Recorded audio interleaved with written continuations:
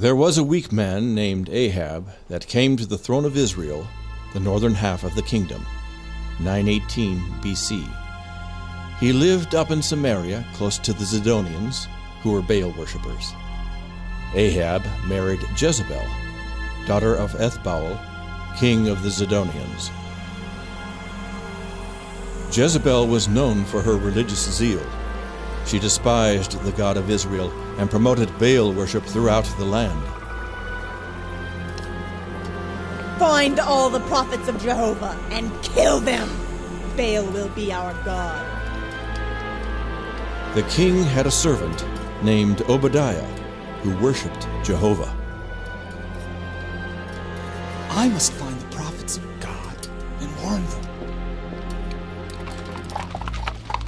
Obadiah hid 100 prophets in a cave and brought them food and water. But there was one prophet of the living God that wouldn't stay hidden, Elijah. O King Ahab, because you have forsaken the God of your fathers and followed your wife Jezebel in working wickedness, Jehovah says there will not be rain or dew upon the land of Israel again until I command it. Ha ha! So you think you are a prophet, do you? Well, I have 1,000 prophets, and they say nothing of a drought. We have had plenty of rain these last years. You pious fraud, get out of my way! As the famine got worse, people began to starve. The false prophets called on Baal, but Baal could not answer. The drought continued with not a drop of rain or dew. God sent Elijah down to the home of a widow woman, telling him that she would give him a room and feed him until the drought was over. Could you bring me a drink of water, please? And a little bread to eat.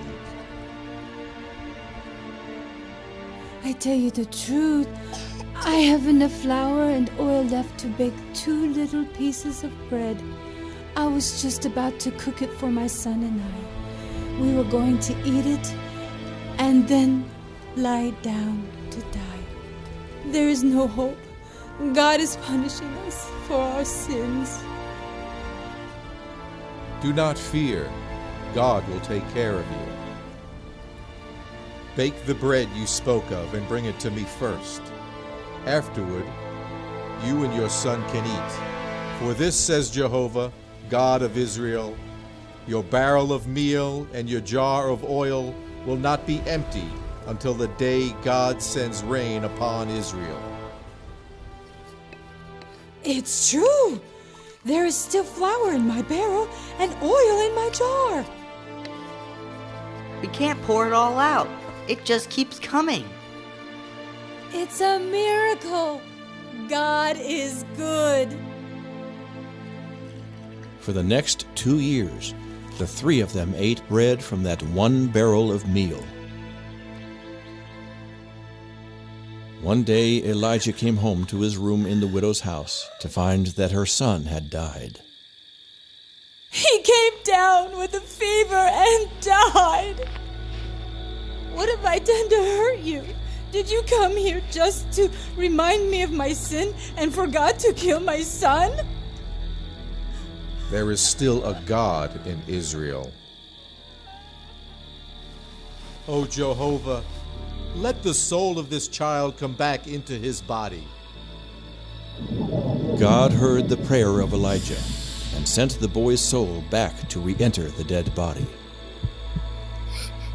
Thank you, Lord God of Abraham, Isaac, and Jacob. You alone are God.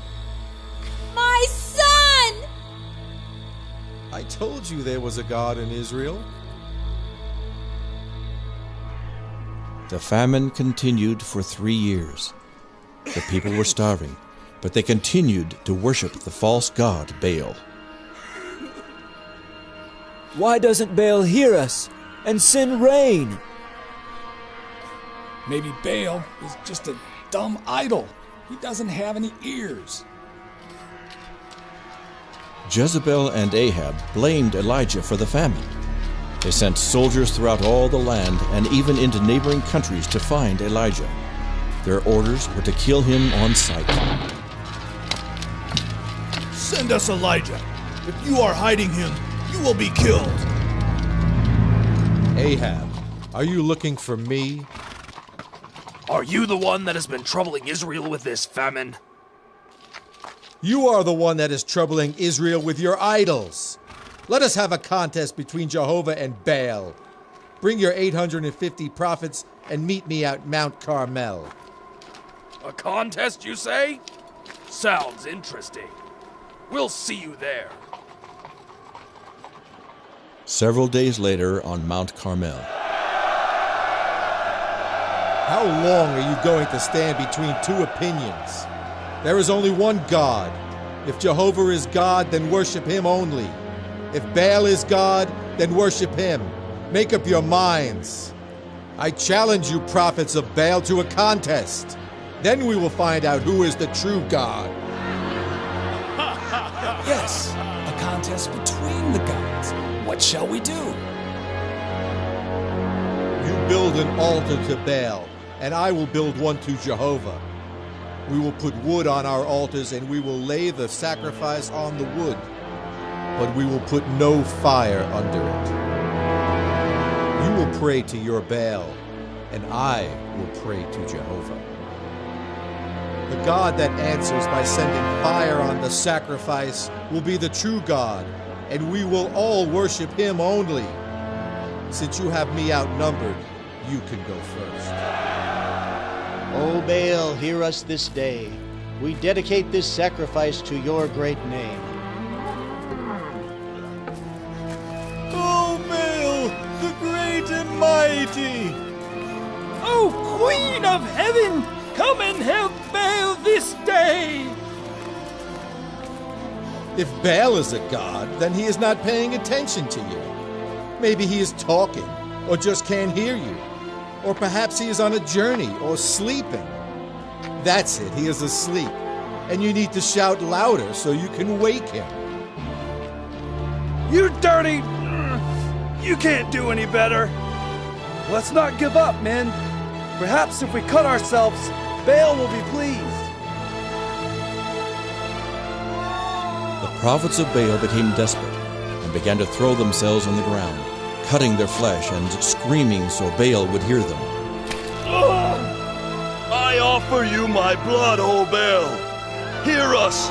Send fire. Vindicate yourself. Look at you. For 9 hours you have been calling on a God that does not answer. If he was a god, surely he would take this opportunity to prove it. Now it is my turn. Come near and watch closely what I do. Oh, Baal, why do you not answer? Why is he digging such a deep pit? He is just stalling, hoping it gets dark. When are you going to start praying? This is not a digging contest. Go and get 4 barrels of water and pour it on the sacrifice and the wood. Water? It won't burn if you wet it down. This prophet is crazy. He will never live to see the sun go down. It is not wet enough. Pour 4 more barrels of water on it. Has he lost his mind? Why does the king put up with it? Is anything too hard for the living God? Pour 4 more barrels of water, and you will know there is a God in Israel, and his name is not Baal. Ahab will have his head for this. Stand back. Father, move on back. Jehovah, God of Abraham, Isaac, and Israel, let it be known this day that you are the only true God, that I am your servant, and that you have turned their hearts back to yourself.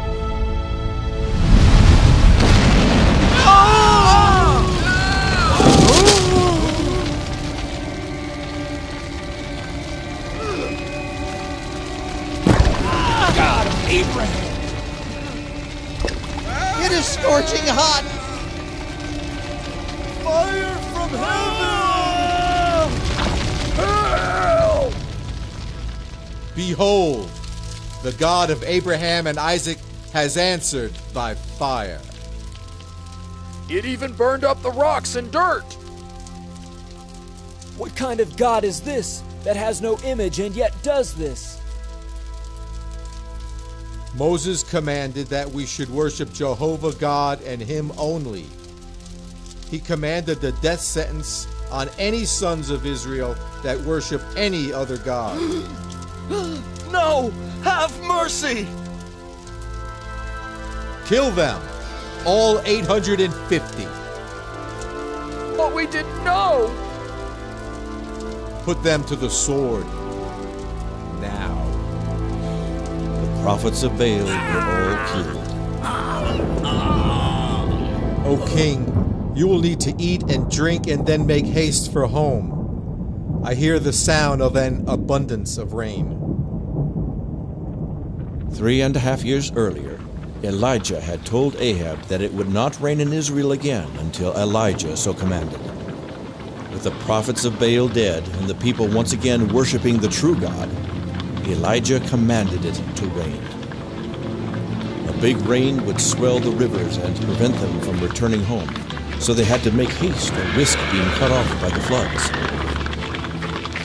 Elijah, empowered by God, ran in front of the horses for the 20-mile trip back to the king's palace. Well, I suppose you killed that Elijah. I see that Baal is sending us rain. No, dear. Elijah is just outside. He ran ahead of my chariot, all the way from Mount Carmel. That is ridiculous. No one could run that far ahead of a chariot. Where are the priests of Baal? We must celebrate the coming of rain. I had them all killed. They were liars and deceivers. You what? You idiot! You should have killed Elijah! But his God answered by fire. It was a miracle. Our priests were powerless. The people all turned to Jehovah. But honey, what else could I do? I feared the people. You killed my priests! You fool! No miracle will protect Elijah from the wrath of Baal. If I do not kill Elijah for this, let the gods do the same to me and more. I must get away. Elijah forgot to trust God and fled for his life. O God, I have had all I can stand. Let me die now before Jezebel finds me. I am ashamed of myself. I have failed to trust you. I am no better than my sinful fathers. Just let me die. Elijah fled for 40 days deep into the wilderness to hide in a cave. He came to Mount Sinai, the same mountain on which Moses received the 10 Commandments. There, God spoke to him. Elijah, what are you doing here? Everyone has forsaken your law except me. All of your prophets have been killed. I am the only one left that worships you, and they seek my life. Go and stand on the mountain before the Lord. As Elijah stood before the Lord, there came a strong wind, but God was not in the wind. Then there came an earthquake, but God was not in the earthquake. Finally, there was a fire from heaven, but God was not in the fire. God was trying to show Elijah that he was far more terrible than Jezebel. Then, when the wind, earthquake, and fire had ceased, Elijah heard God speaking in a still, small voice. He asked Elijah the same question he had asked before. Elijah, what are you doing here? Elijah hadn't learned anything. He was still feeling sorry for himself, so he answered just as before. Everyone has forsaken your law except me.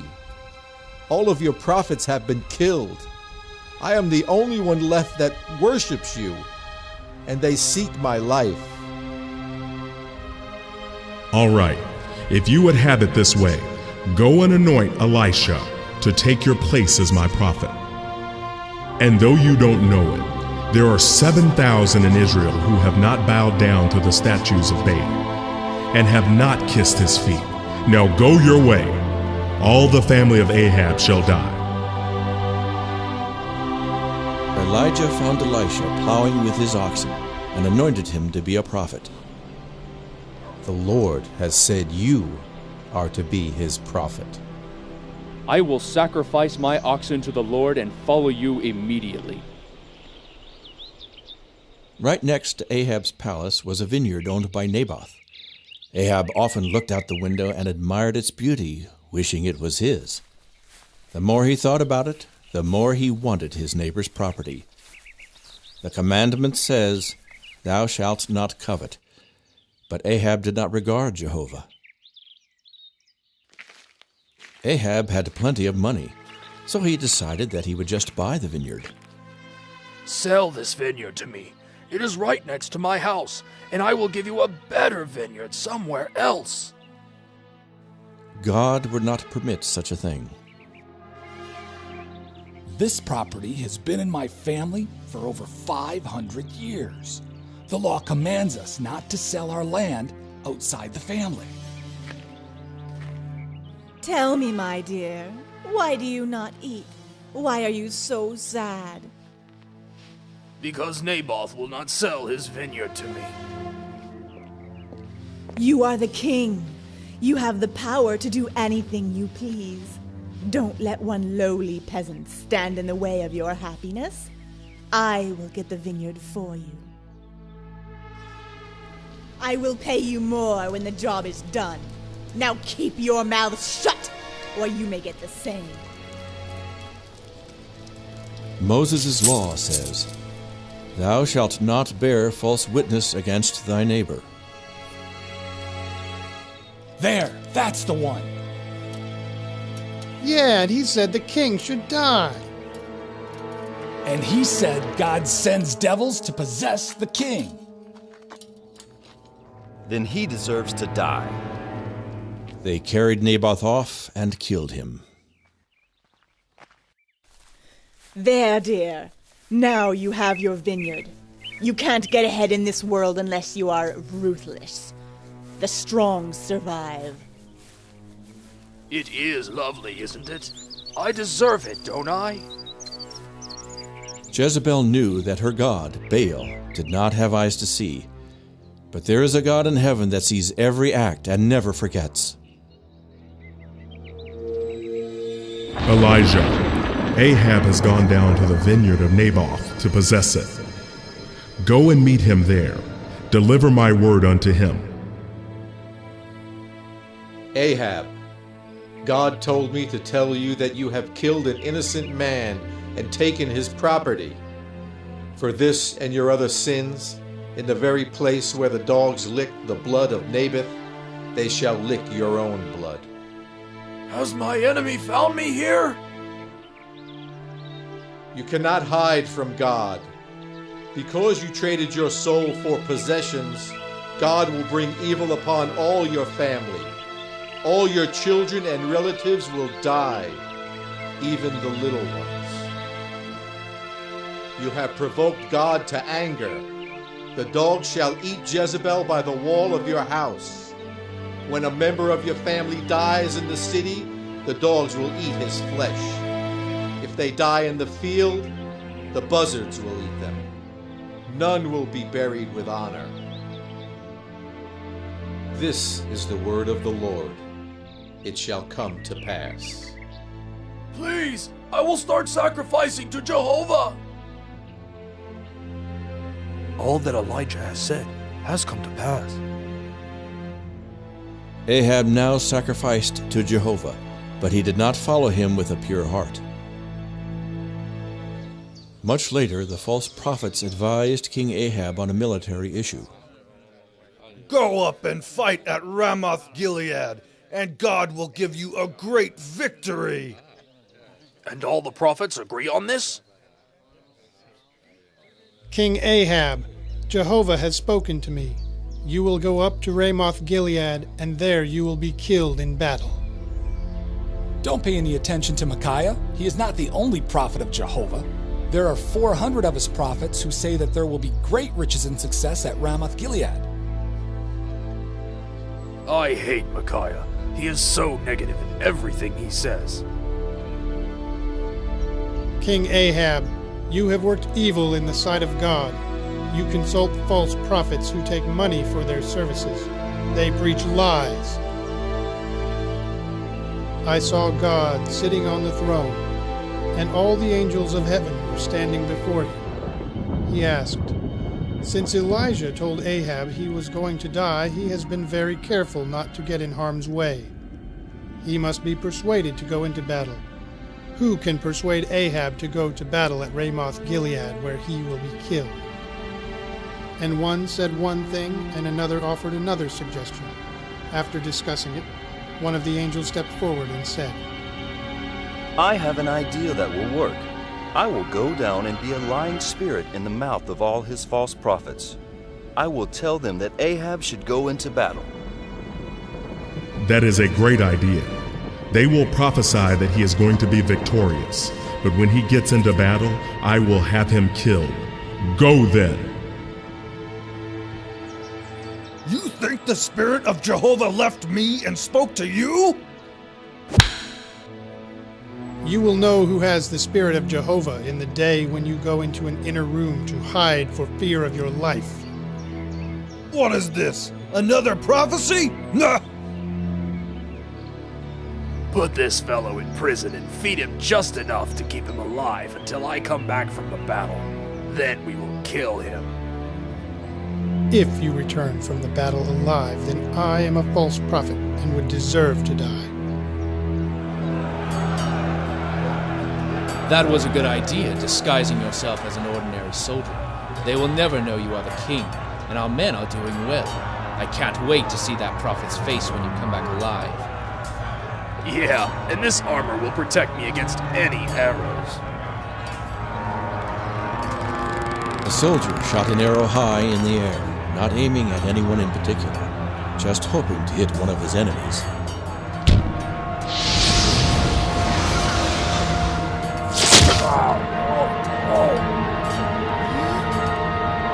What? Hurry. It is bleeding badly. Hang on! I'm afraid he is dead. The arrow found the one spot that was not protected by armor. I guess it was just his time to die. Oh God! No! Put his body in Naboth's vineyard until we have time to deal with it properly. Just as Elijah had said, the dogs were licking the blood of Ahab right under Jezebel's window. He was the first of his household. Others were to follow. After washing the blood from Ahab's chariot, the soldier returned to the palace. Where is King Ahab? Is he celebrating his victory? You fool! You are not a prophet of God. You are a liar. Ahab is dead just as Micaiah, the prophet of Jehovah, declared. But it can't be. All the devout men agreed Ahab would be victorious. Not all. Not Micaiah, whom you slapped and put in prison. When the people hear of this, they will have your head. You are free to go. Ahab is dead. Yes, I know. And no doubt the dogs have licked his blood as God said. Jezebel will be next, and all that are related to Ahab. God has spoken. I must hide. Oh no. Micah said I would know who had the Spirit of God on the day I hid in a small room inside of a room. Ahab's sons would reign in his place, and 12 years would pass with Jezebel still living as queen. Israel would continue to worship false gods and break the commandments of God. God spoke against the house of Ahab, saying, "The time has come. All of Ahab's family will perish, even the little children. None will be left alive. Jezebel will be eaten by dogs, and there will be no one to mourn her or bury her." I must paint my face so I will be attractive to General Jehu when he returns from battle. I will stand here where they can see that I am in charge. Who is on my side? We are with you, General. Then throw Jezebel down. You can't do that! I am the queen!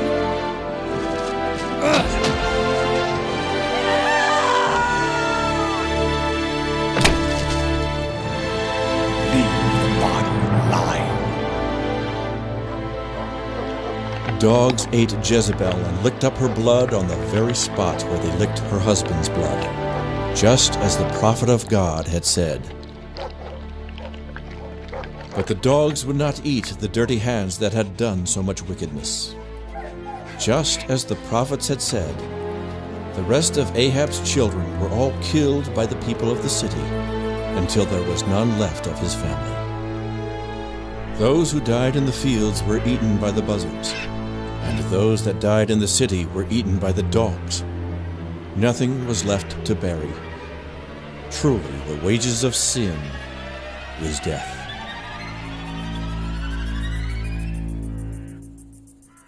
As Elijah prayed, young prophets came to Elisha to deliver a message.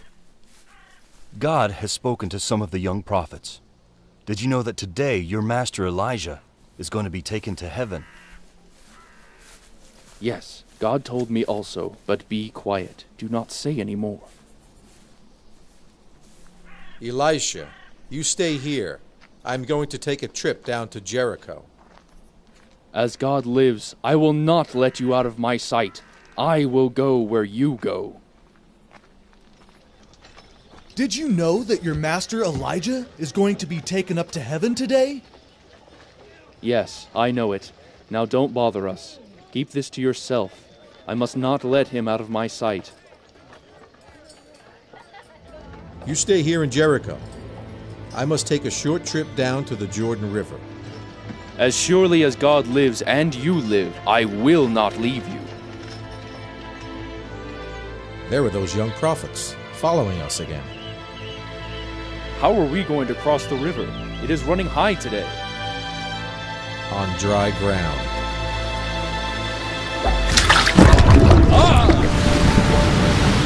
Did you see that? The water stood up so they can pass. Yeah, just like with Moses. I wouldn't have missed this for anything. I wish the prophets of Baal could have seen this. What is it you would have me do for you before I depart? Give me a double portion of the Spirit of God that rests upon you. You have asked the hard thing, but it shall be done if you see me when I am taken up into heaven. A chariot of and a whirlwind. The chariot of fire separated Elijah from Elisha. Elijah was taken up to heaven in the whirlwind. Then all was quiet. Elijah was now in God's presence.